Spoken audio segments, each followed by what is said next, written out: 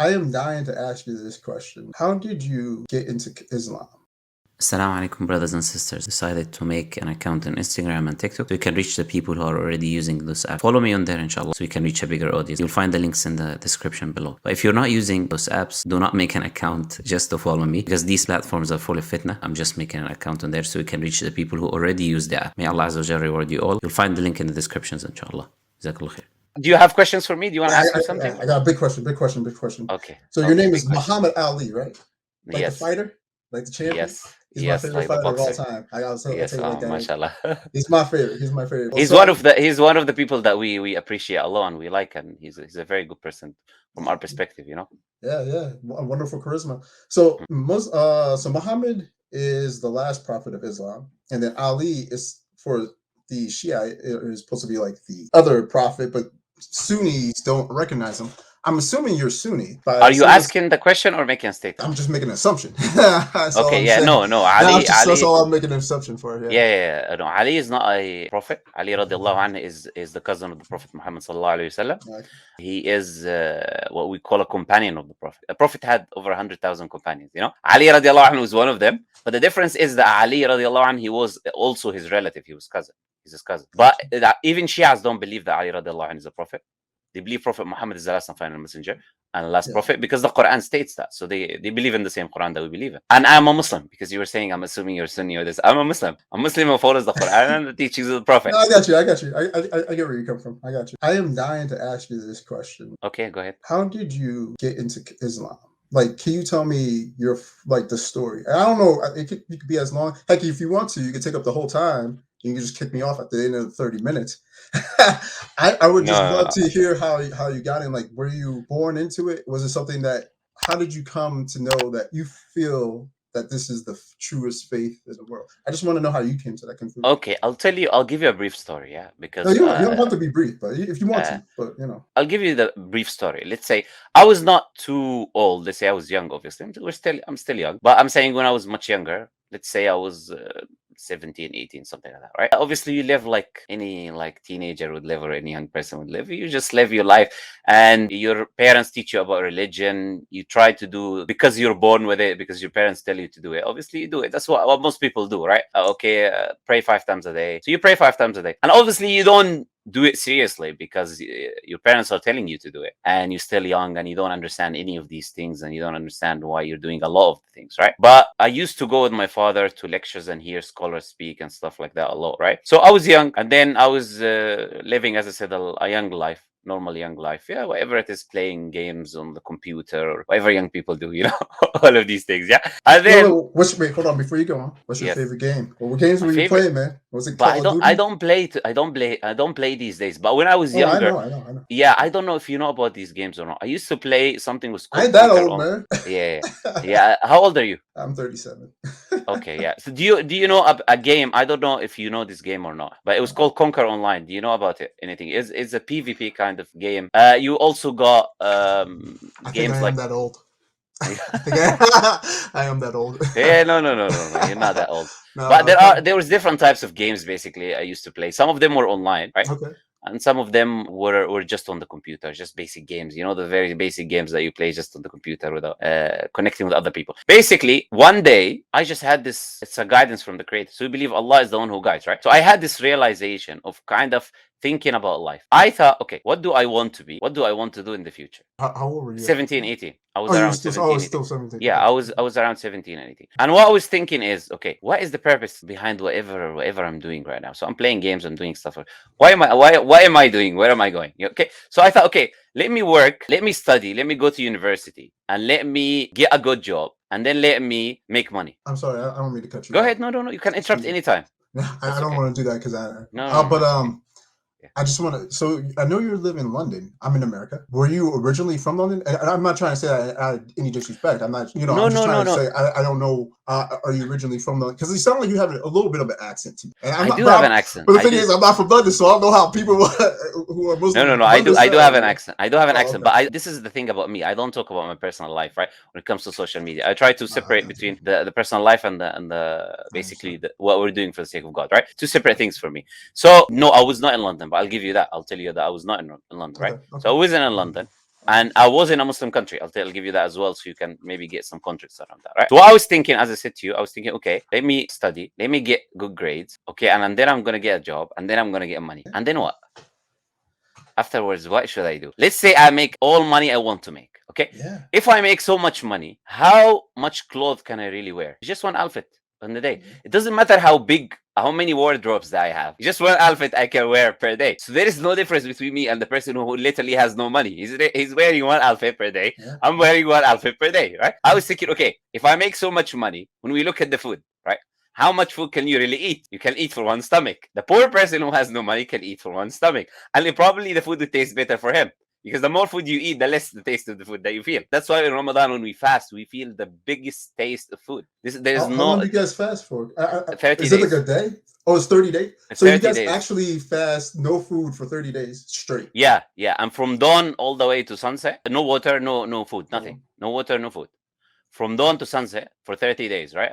And then when sunset, we can eat, obviously, until dawn. And then next dawn, we have to fast until sunset and for 30 days, right? So when you fast this long and you don't also drink water and you don't eat food, whenever you start eating something, you actually taste the food. You ask yourself, is this the same food that I was eating last month? You know, it is the same exact meal for the same exact place, but it tastes completely different, right?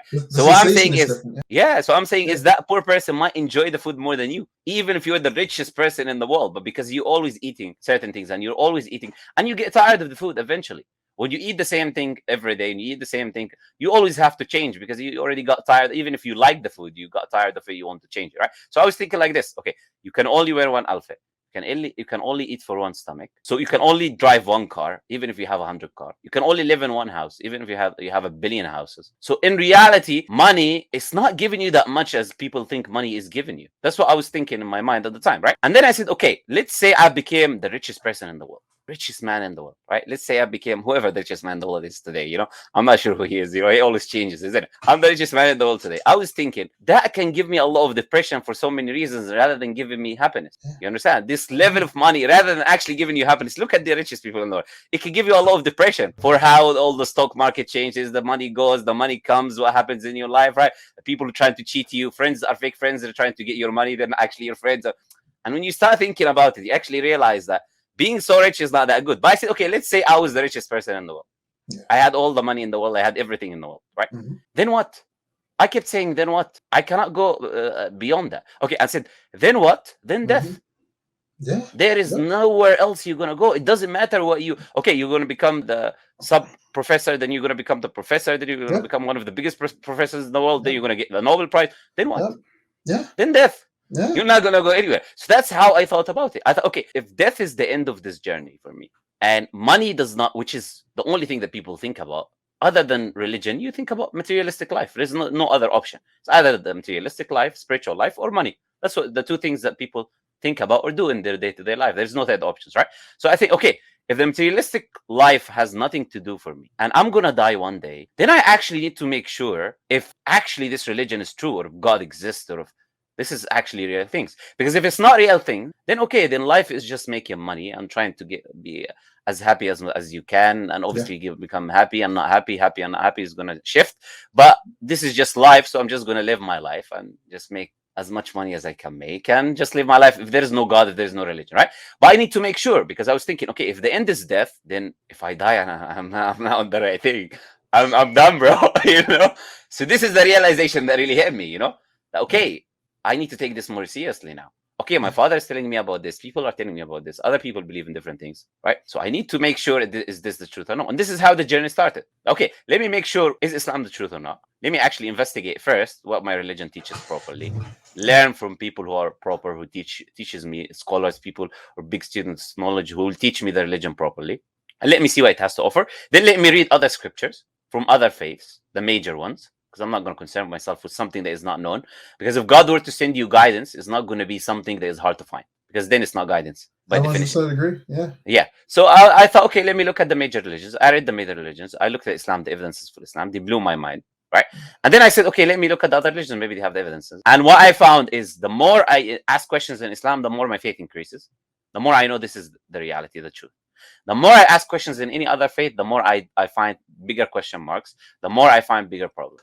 So then I came to the realization, this has to be the absolute truth. Why? After my research and actually looking at the other religions and actually studying Islam and looking for the evidences what makes Islam the truth. So I know if I know Islam is the truth, then I have to take it seriously, because the end of me is death. And if the end of me is death, then I have to be getting the money of the afterlife, not the money of this life. The money they actually need to be getting is your score in the afterlife. Leave the dunya score, the score of this life is Something not that's going to benefit you. internal. Yeah. No, Yeah. So I was thinking, okay, now I need to do whatever is the best course for me to take that will benefit my afterlife. This is the course that I need to take. Yeah. And this was my journey, and this is how my journey started of studying and all of that, right? And as I said to you, it was a realization just one day, and I'll tell you something interesting, and I think is very important for a lot of people to do, right?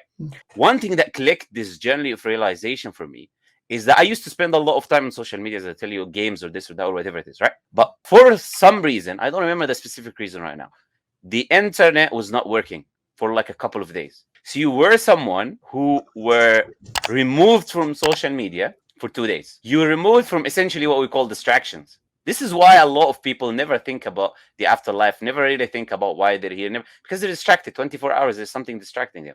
Either a friend, either a family member, either games, either money, whatever it is, their work, their next bill, their wife. Things are taking them away from thinking about the important things, which is, why am I here? What's my purpose?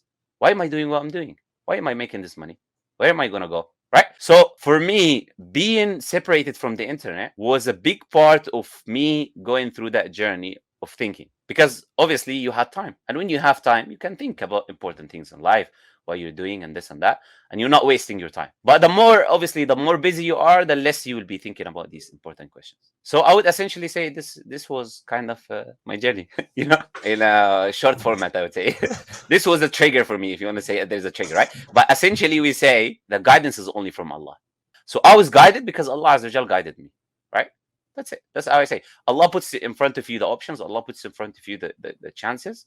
And then he sees whether you're sincere enough to pick and follow these things or not. Now, let me now ask you the same question. So what was your journey to Christianity? Tell me about that, How did you become a Christian? Like, now you want me to put me on the spot. That was a good one, man. Yeah. All No, right. it's good to know your position as well, isn't it? I'll try to cut this down as short as I can possibly.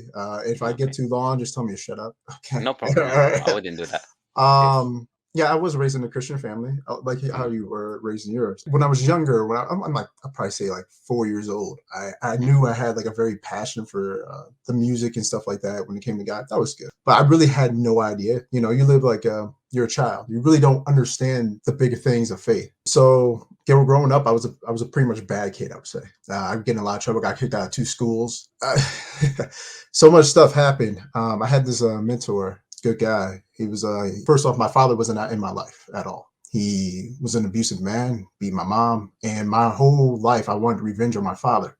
I wanted to kill him. That was my goal, and one of my goals in life.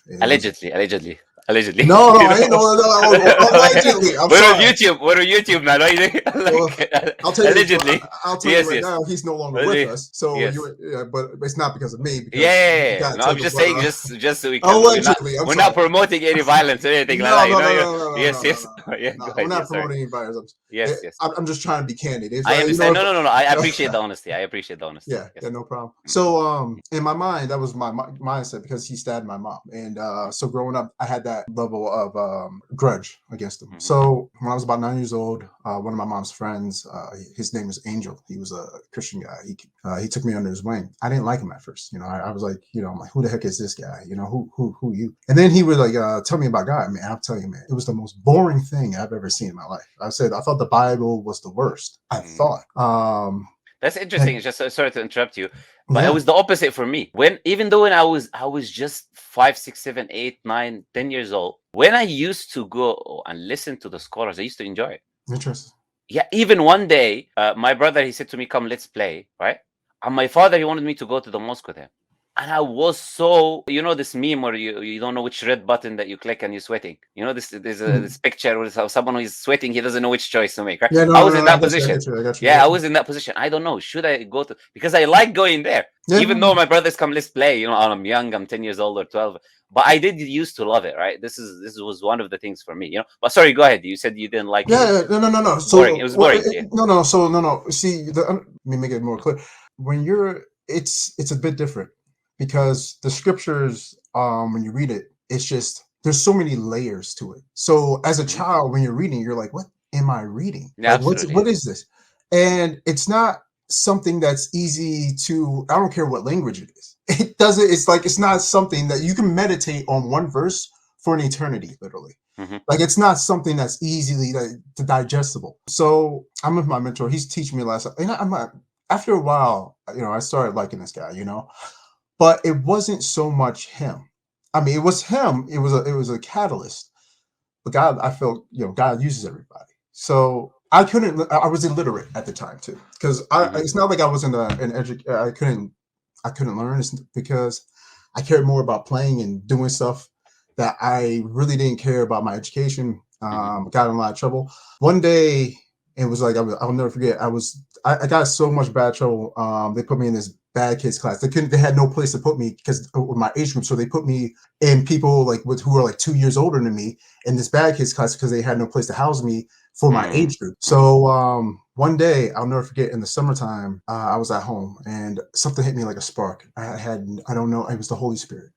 How old are you? I was in 7th grade. I was about 13 years old. Okay. And all of a sudden, my mind exploded. I had knowledge and understanding of the Bible that I had previously never had before. First thing I opened was Matthew chapter 5, and I didn't. It's an interesting chapter. It was just instructive. I didn't. Here's the thing: I didn't know the significance of the chapter. Like, I just started reading. Thou, if blessed are the poor in spirit, because you'll be obtaining the kingdom of heaven. And when I started reading that, I was like, wow, the words were like fire upon my heart. And I started going out, and I just all of a sudden started evangelizing to kids in my neighborhood. They didn't even understand what I was doing. I understood the evangelistic part, but I was like saying, it was just like it was the words, I couldn't hold it in. But then the problem is that I had no faith. You grow in faith. So at the time, I was still sinning. And the thing about it is just that I didn't understand that, how to capture sin. I didn't understand. Nobody explained it to me how to deal with sin from a Christian perspective. I mean, I thought, I would pray ask for forgiveness, but over and over, I would still perpetually do the same thing. And I wanted to stop doing what I was doing. I wanted to stop those urges. But I ended up like saying, let me just distance my way from Christianity. I'm not going to call myself a Christian because I don't want to be a hypocrite. Nobody's want to see me talk about Christ, and then I just act like this. So years I purposefully turned my way from God. Sorry to interrupt you again, but you remember it's very close to the video that you were asking about, and kind of the understanding of that guy who wanted to become Muslim, right? What was stopping him from the truth was the idea, which is what you're saying, which is sinning, and he would think that he's a hypocrite because he's following Islam, but in the same time sinning, right? Which is very close to what you're saying in a way, isn't it? And I think this is, as I say usually, I think this is one of the biggest traps of the devil. But I'll let you finish what you're saying. Yeah, go ahead. Sorry. No, and I 100% agree with you on that. It is one of the biggest traps of the devil. Another thing that I came to, I was like, man, well, why do I follow Christianity anyway? Like, what makes this religion different from any other religion? Like, what so my concepts were. No, So here's the concept that I was going off of. If I have to believe my faith because of things that are based in my faith, it doesn't exactly mean that it's true. Exactly. I need a secular source to start looking at things. So when I started looking at books of Josephus, who was a secular scholar, historian. I know who he was, yeah. He wrote down about Jesus' life. When I started looking at our world, I said the evidence of Jesus and the Bible is evident in our world today. For example, and people like to dispute this at times, but this is based off of the Gregorian calendar, BC and AD. BC, before Christ, AD, Adam Domini, the year of our Lord. And I'm thinking, for a guy who only preached 3.5 years of his life, he never held any high position.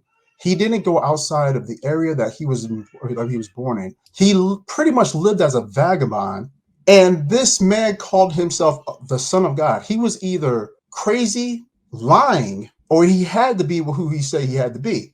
And I'm saying to myself, man, we have kings, nations, we have people warring this day. Me and you can have an argument over this right now based off of this guy who did really exist.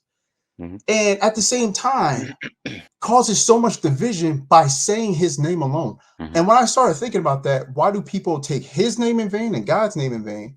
I never hear people take the name of Allah or Muhammadan name in vain. It's a very interesting thing to say, isn't No, it? no, I'm just saying. I've never heard nobody take Buddha Yes. name in There's vain. no, there any is. Hindu.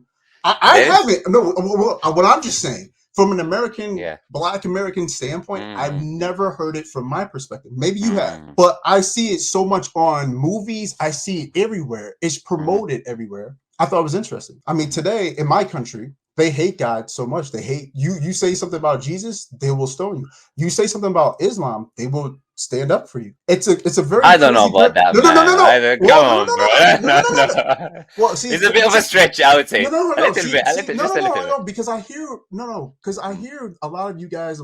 Excuse me, I don't mean to.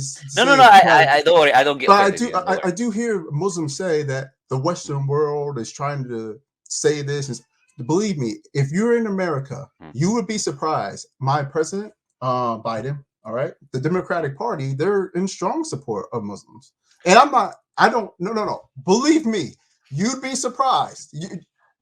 Look at the withdrawal from. Are you just talking about the government? The government for example, the government. The government that went to Iraq and took over Iraq, the government that tries to cause havoc, tries to take over Afghanistan, that destroys Syria. I don't know which one loves Muslims. I don't know which government you're referring to. But you gotta understand, like we have 4 years, we get a new term, we get a new president. Under one regime, you will have that. This is a different regime. They withdrew. So you're saying right now under Biden? You're saying? I said under Biden. I already said on that. I said that. But Biden is complaining about Afghanistan. And women and education, all of what's happening there. So you gotta understand the political politics over here. It's a slightly different story. He's trying to. So over here, I can't. So you're kind of looking at like one way, like a straightforward way. Like, well, if he's. Anyways, I don't want. We don't want us to divert from your story to go to some. This is a little bit of politics talk, right? So continue. Sorry, what you were saying. So you were saying that you saw people are dissing the other kind of Christianity, but they're not dissing the other faiths, right? So this is what you were saying. That's how you perceive it. So and I also did deep dive research into other faiths and stuff like that. My conclusion was, man, this has to be the true faith. And I said to myself, now I got to follow this faith. And I still, for a lot of reasons, tried not to. And God kept tugging on my heart, kept calling me back. And I kid you not, I eventually did go back. But I would say, in all honesty, it wasn't until this year that it really affected me more than any time in my life. And the conclusions that you came to at 17 is a very interesting thing, because in my life, my whole goal was to prove people wrong and become rich at a very young age. I had another goal besides, just attaining rich. I had something I was trying to prove. But when I realized that, why am I living for this world? If I got it, when I started seeing success in my life, I started saying, this doesn't mean nothing to me no more. And then I started realizing at the end of the day, what am I living for? Am I living for this? What happens when I die? What did Christ want me to do? And then I started seeing something that hit me in the Bible that I never saw that was there. Remember that verse I said, blessed are the poor in spirit, because they were to inherit the kingdom of heaven. And a lot of times I was looking at Jesus' life. I never thought about living that life because it's the hardest life. Jesus told a rich man, give up everything. Sorry, I'm sorry. I'm interrupting you. Sorry. You were saying something important. But look, is he holding a lecture? Look, he waited for me to say my story. He was very patiently listening. And we should listen to him as well to say his perspective. Shouldn't be rude against what he's saying. He should take his time and say whatever he wants to say. And I'm happy to hear his perspective. It's no problem. We're going to get into I know you're excited. You want to talk about the nitty-gritties of the difference. But let him finish his story. Am I holding a lecture?